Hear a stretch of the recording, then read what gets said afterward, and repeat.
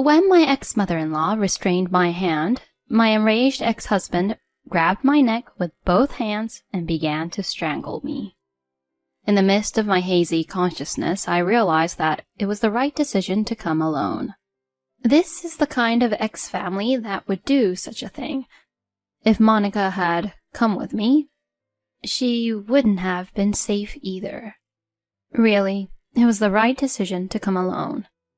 Just when I thought it was hopeless, the front door swung open forcefully. Everyone in the neighborhood, the eldest son of this household, is now pinning down a defenseless woman. He is choking her, and the mother is tightly gripping the vulnerable woman.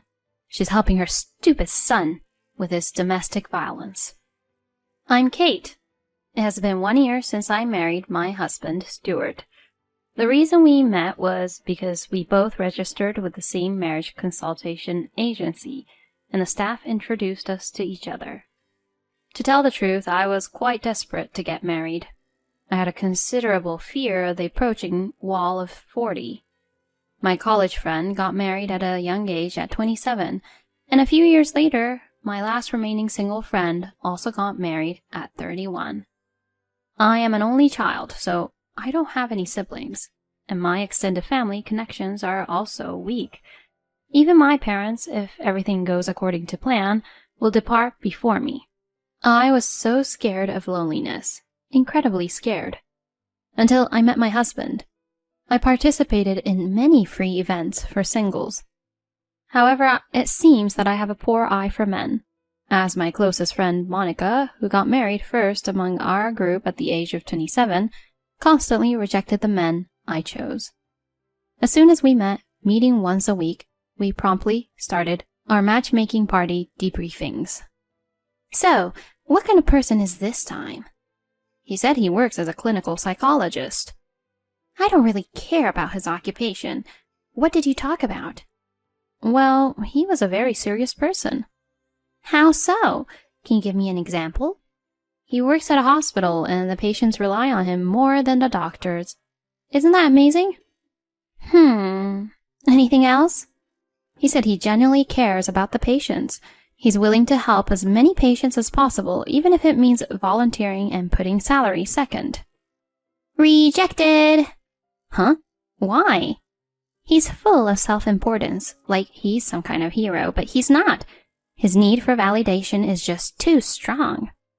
Are you sure about that? Kate, people like him tend to have extreme anger outbursts when things don't go their way. It's better to stay away. Trust me. Well, we can still be friends. I don't think he's even worth being friends with. Yeah, you're right. Even though I said that, I continued the relationship with this man, and I was supposed to go to his birthday celebration. The day before, I slipped on the stairs at work and broke my leg. When I contacted him about it, he unleashed a harsh, verbal attack on me. That's just too much. We had plans for tomorrow, right? Canceling now, isn't that terrible? I'm sorry, but I can't go anywhere with this leg. You should be more careful in life. Tomorrow's my birthday, you know. Oh, thanks to you, it's going to be the worst birthday ever. After that, he abruptly hung up the phone, and communication between us ceased. Monica was right after all. That's what I thought. I met a man who was a public servant but could only spare $500 per month after paying for his car loan and supporting his parents. Monica rejected him, but I didn't listen. Unexpectedly, his parents got involved and demanded, "If you're dating her, you should give her money too." It was an awakening. And then I met someone at a matchmaking event who was a caregiver. When I told Monica about him, she immediately rejected him. However, as he hinted at marriage, I told Monica that I wanted to marry him, even if she opposed it. Then Monica cried and jeered at me. That guy is completely ignoring your wishes, Kate. He's living with his parents and pressuring you to live with him. If he lives with you, he'll bring his grandmother from the nursing home, right? That means he's fully expecting you to take care of his grandmother, and he thinks it's fine for you to continue working. You'll have to take a 1-hour train ride to go to work? Seriously, wake up already. You can't possibly be happy marrying someone like that. Hey, why don't you try talking to him about fulfilling your wishes? I'm sure he won't budge. Yeah, I'll try saying that I don't want to live together. And when I told him that over the phone, he said he understood. When's your next date? Maybe the day after tomorrow. He's coming here, so we'll meet at the station. She probably already knew. In the end, on the day we had promised to meet, he didn't show up at the meeting place, and I couldn't reach him. Still, I waited for 3 hours, hoping he might show up someday. And in front of me, Monica appeared. You understand now, right? Yeah, sorry. You don't need to apologize. The guy turned out to be a complete jerk. Anyway, since I came here by car, I'll give you a ride home. Let's have something delicious to eat on the way back. I'll get angry if you don't. Thank you. And during our meal, Monica made a suggestion. If you really want to get married, stop going to those free matchmaking events. Go to a proper marriage agency and pay for it. Honestly, I hadn't thought about that, but now that she mentioned it, it's true that for someone like me who lacks judgment, it would be better to know more about the other person's background. It might be a good idea. Yeah, I don't have good judgment after all. Hey, stop being the main character. You always say you lack confidence. Kate, you're cute, very feminine, and classy. Those losers from before were just passing through, so don't dwell on them. Next! If you think this guy is no good, it's okay to say, oh, he wasn't right for me. Don't think anything more about it. Kate, if you're worried, I'll go with you to listen to the explanation at the marriage agency. Really? Thank you. And so our visits to marriage agencies began, but right around that time, Monica's husband was transferred overseas. She moved overseas while worrying about me. I can't rely on others anymore. I have to carve out my own life. With that in mind, I joined a marriage agency, and within 3 months, I met my husband and got married. But it seems my judgment was still lacking. Initially, we had promised not to live with our in-laws, but now we are living together. It started when my father-in-law fell ill, and at first, they wanted me to help with his daily needs. But somehow I was persuaded, and we ended up living together. I appealed to my husband multiple times, but he simply brushed it off, saying, I'm the eldest son, and didn't make any effort to change the situation. Moreover, I suspect my father-in-law's illness wasn't genuine. As soon as we started living together, his health miraculously improved. And even though I have a job, the household chores at my in-laws' place are assigned to me as if I were a full-time housewife. Furthermore, my mother-in-law doesn't approve of the way I handle things and always nitpicks, making me do things over. This kind of life has been going on for about 4 months. I was exhausted, both physically and mentally. I consulted my parents about this, but they had traditional views and told me to serve my in-laws since I'm their daughter-in-law. The root cause of all this was my lack of judgment, and it was all because I rushed into marriage. I'm well aware of all that, but I had reached my limit. Although it had only been a short time since we got married, thoughts of divorce were already crossing my mind. In this life, there are my father-in-law, mother-in-law, and husband, but I feel lonely. I got married out of fear of loneliness, but being alone might be better than this. In the midst of all this, another unfortunate event struck me. My parents were involved in a car accident and passed away. With their deaths, I truly became an orphan. However, it seemed to embolden my mother-in-law and husband. They must have thought that I had no place to escape anymore. I was subjected to even more demanding labor than before. In truth, I want a divorce. But if I get divorced, I'll truly be all alone. I think this was the most cornered I have ever felt in my life. However, my family didn't attend my parents' funeral. Originally, there were no relatives to attend my parents' funeral except for me, the heir. It was a deeply lonely farewell.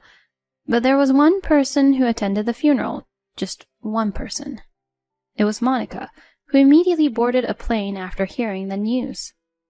When she saw me, her eyes were red, and without a word she embraced me tightly. At that moment, everything I had been holding back overflowed, and I cried out loudly. She stayed silent, and stayed by my side until the end. Monica, thank you so much today. Yeah, I have to go back.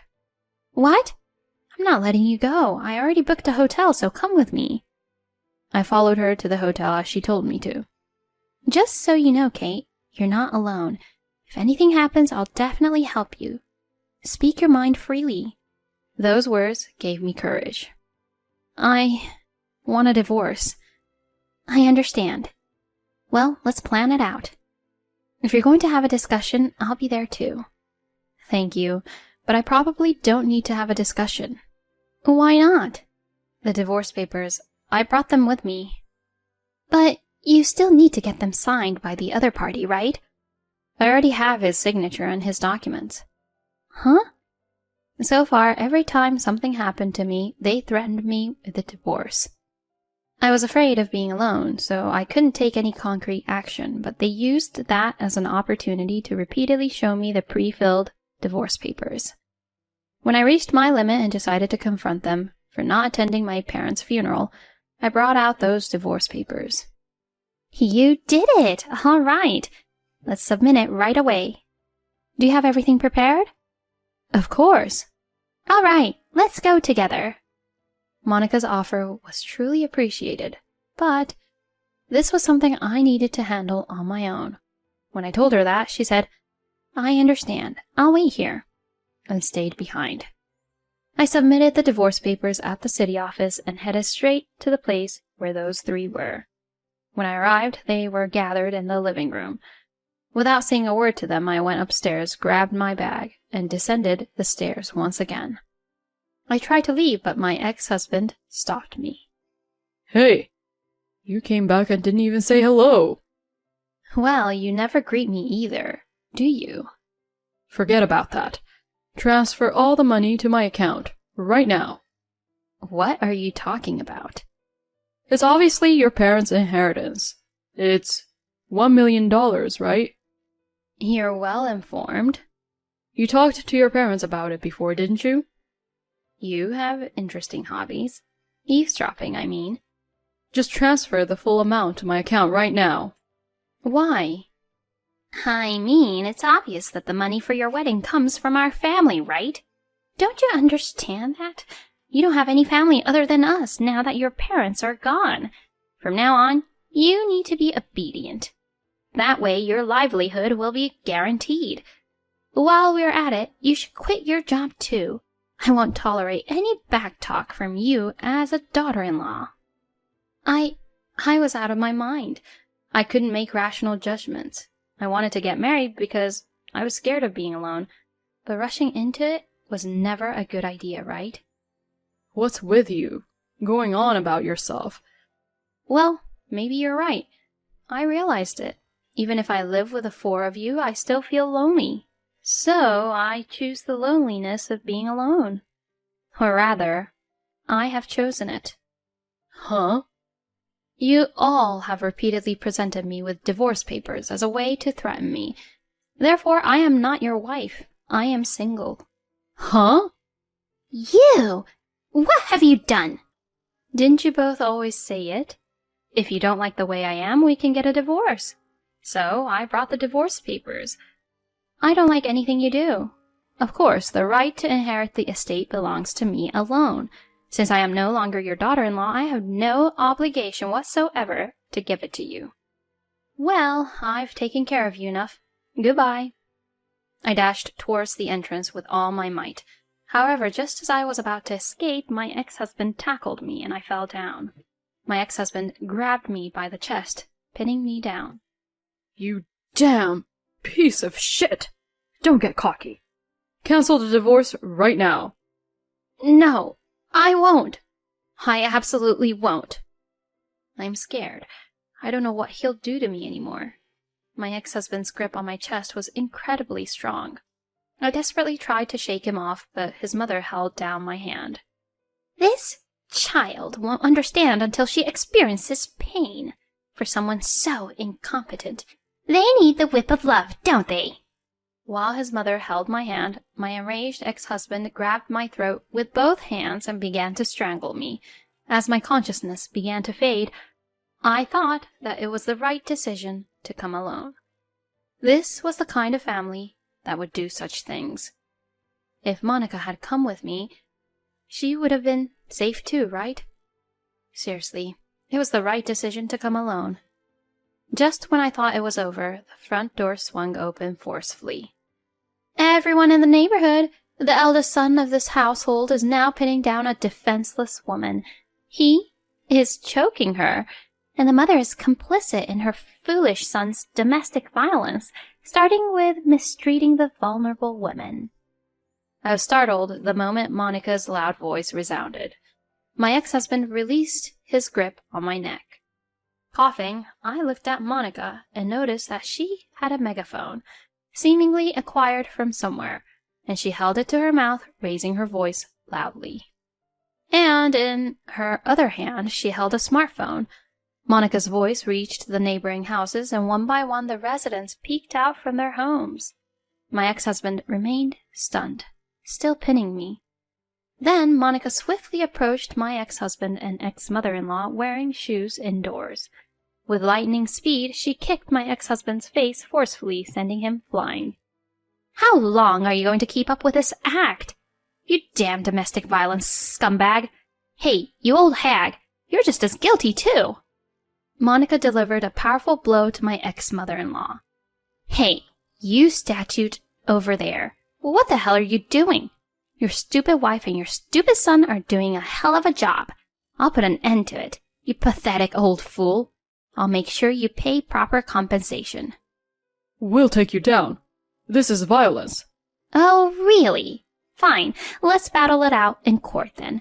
Regardless of how the justice system decides, I haven't done anything wrong. I'll decide for myself what's right or wrong. It's all up to me, you imbecile. I have solid evidence of your violence on my smartphone. So let's see how the justice system judges. Oh, but before that, if Katie files a complaint, it'll be a slam dunk. Ah, that would be delightful. What will you do, Kate? Fine. I'll pay the compensation properly. Is that good enough for you? I'll even agree to the divorce. So please, don't file a complaint. Then it's $60,000. You have nothing to do with this. Just stay quiet. Kate's marriage period is 1 year. Monthly $5,000 for enduring it. So that's $60,000. Hold on. Are you even listening to me? Huh? Who's not listening? You mean yourself? You're not even human. It's ridiculous. Those who harm those in weaker positions than themselves shouldn't call themselves human. Well then, let's submit the complaint and the videos from this smartphone to the police. Fine, I get it. I'll pay, so please stop. I'll make the payment properly. Give me the cash right now. I can't come up with that much money immediately. The dress is in the old man's safe, isn't it? Are you still trying to escape at this point? Everyone in the neighborhood, this domestic violence scumbag. All right, I'll get it. Reluctantly, my ex-husband handed over the cash to me. And then Monica and I left the house. I'm sorry, I was told to wait, but I couldn't wait. Don't apologize. If you, Monica, hadn't come, I would have been confined in that house. Are you going to file a complaint? No, I got the $60,000. Let's settle it like this. I see. Well, it worked out well with the bluff, didn't it? Huh? Actually, I couldn't record the video. When we arrived at the house, I heard a loud noise. I was too preoccupied with that. Oh, really? Hey, where did you get that megaphone? It's from the dollar store. I thought I'd shout with it. Thank you. Really? Hey, how about you take some time off and come over here? Should I come and visit? Let's go out and have some fun like old times. And so I took 2 weeks of paid leave, completed the necessary procedures for my parents' affairs, and headed to Monica's new place. By that time, there was a huge commotion at the ex-in-law's house. The neighbors reported the incident, and 7 police officers rushed to the scene. It turned into quite a stir. And there was also the boss of my ex-husband, whose house was next to the ex-in-laws. Naturally, the boss also heard about the domestic violence incident and the divorce. I heard that my ex-husband was transferred at work to a rural area. Unable to withstand the cold and indifferent atmosphere of the neighbors, my ex-in-laws became reclusive, rarely leaving their house. When my ex-husband called and said he wanted to start over, he rambled on about things I didn't even ask, without me saying a word. I hung up the phone without saying anything, even though there was an atmosphere of, "Oh, poor me," coming from him. It's been 5 years since then, and I don't know what happened to my ex-family. Although I went through a scary experience, my current environment is very fulfilling. It's because I have already remarried. During those 2 weeks of paid leave, I was introduced to a man by Monica, and we got married 3 years ago. Currently, we are living overseas, and now 3 months have passed since I became pregnant, albeit a little late. I am incredibly happy that I finally met a wonderful man. Monica's husband's overseas assignment has ended, and they are now living in America, but we stay in frequent contact. It seems that I didn't have a good eye for men, but I certainly had a good eye for friends. From now on, I plan to cherish my family and friends and continue walking through life. It's wonderful that you were able to meet your beloved person. If the ending is good, does that mean everything is good? Well, who knows? From now on, may you spend your days in happiness. Thank you for watching until the end. If you enjoyed it, please consider subscribing to the channel. See you in the next video.